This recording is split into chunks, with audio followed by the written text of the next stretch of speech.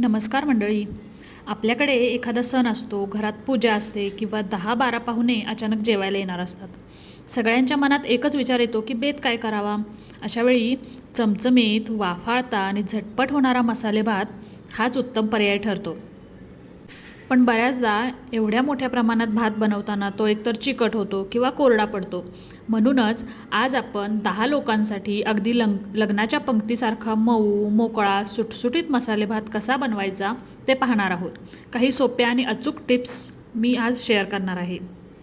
पण रेसिपी सुरुवात करण्यापूर्वी जर तुम्ही चॅनलवर नवीन असाल तर आत्ताच सबस्क्राईब करा आणि शेजारील बेल आयकॉन नक्की दाबा.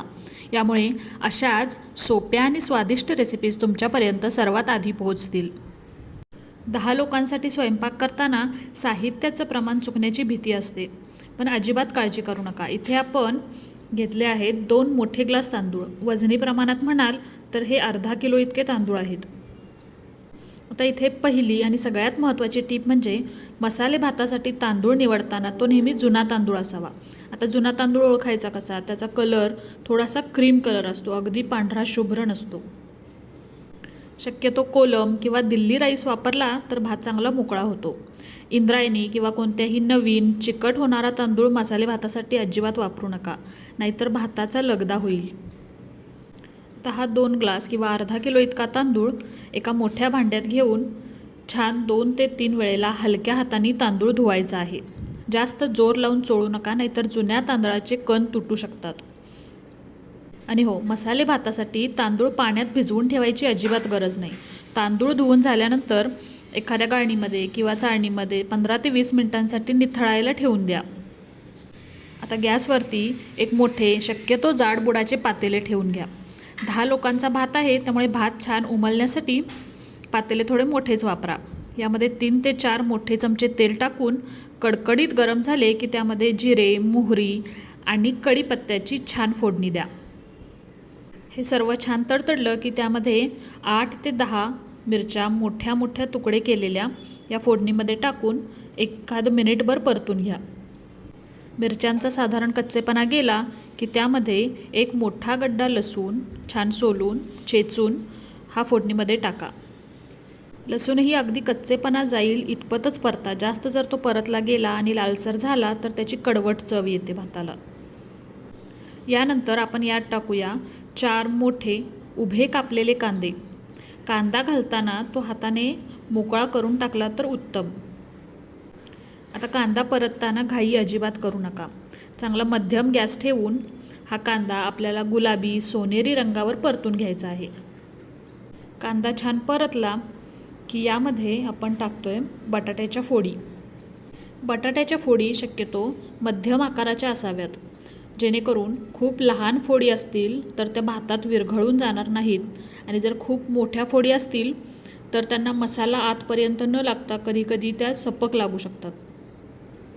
बटाटा परतल्यानंतर एक मध्यम किंवा मोठ्या आकाराचा एक लाल टोमॅटो बारीक फोडी करून आपण फोडणीमध्ये टाकला आहे. आणि टोमॅटो थोडासा परतला की 200 ग्रॅम इतके हिरवे मटार. आज मी इथे फक्त बटाटा मटार वापरत आहे, कारण आमच्या घरी हा बेत सगळ्यांना आवडतो.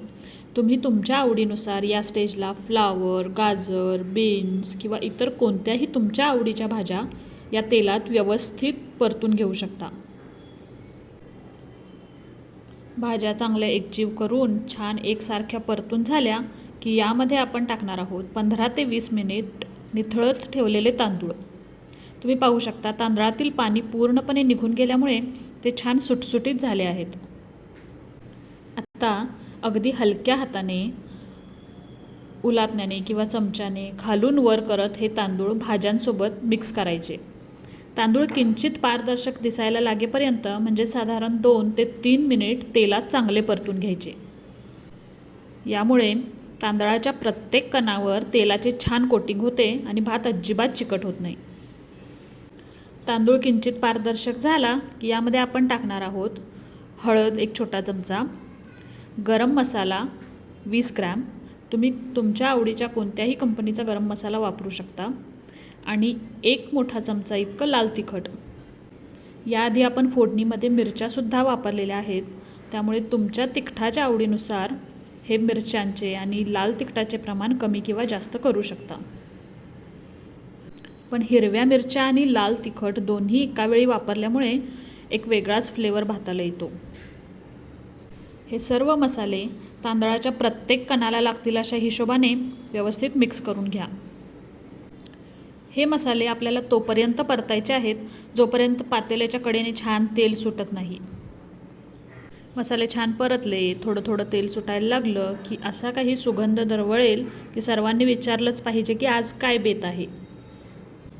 तर या स्टेजला आपण इथे 1 ग्लास तांदळासाठी 2 ग्लास इतक्या प्रमाणात, म्हणजेच आपण इथे 2 ग्लास तांदूळ घेतले होते म्हणून दुसऱ्या गॅसवरती 4 ग्लास पाणी छान उकळून घेतलं होतं, ते आपण यामध्ये टाकून घेतलं. थंड पाणी अजिबात वापरू नका. गरम पाण्यामुळे भाताची शिजण्याची प्रक्रिया थांबत नाही आणि भात मोकळा मोकळा होतो. जर तुम्हाला हा भात किंचित मऊसर आवडत असेल तर एक अर्धा ग्लास पाण्याचे प्रमाण वाढवले तरी चालेल. पण हेच प्रमाण 1 ग्लाससाठी 2 ग्लास पाणी अगदी परफेक्ट आहे, ज्याने भात मोकळा पण होईल आणि सॉफ्टही होईल. पाणी घातल्यानंतर इथे चवीनुसार आपण मोठं मीठ वापरलं आहे, ज्यामुळे भाताला एक वेगळीच चव येईल. एकदा सर्व काही हलवून घ्या आणि गॅस मोठा करा. मोठ्या गॅसवर भाताला एक चांगली मोठी उकळी येऊ द्या. पाहू शकता भाताला छान उकळी आली आहे आणि तांदळाने पाणी शोषून घ्यायला सुरुवात केली आहे. जेव्हा भातातील पाणी थोडे आटत येईल आणि तांदूळ वर दिसायला लागतील तेव्हा गॅस अगदी बारीक करून यावर एक झाकण ठेवून द्या. झाकणावर हवे असल्यास एखादे जड भांडे ठेवा, जेणेकरून वाफ बाहेर जाणार नाही. मंद गॅसवर हा भात पूर्ण पाणी आटेपर्यंत छान शिजवा. साधारण 7 ते 8 मिनिट लागतील यासाठी. आता गॅस बंद केल्यानंतरही हे झाकण उघडू नका. गॅस बंद केल्यावर कमीत कमी 10 मिनिटे झाकण तसंच बंद राहू द्या. त्या बंद वाफेमध्ये भात खूप छान उमलतो आणि सेट होतो. पाहताय ना, भाताचा कण आणि कण सुटा मोकळा झाला आहे, कुठेही भात चिकट झालेला नाही.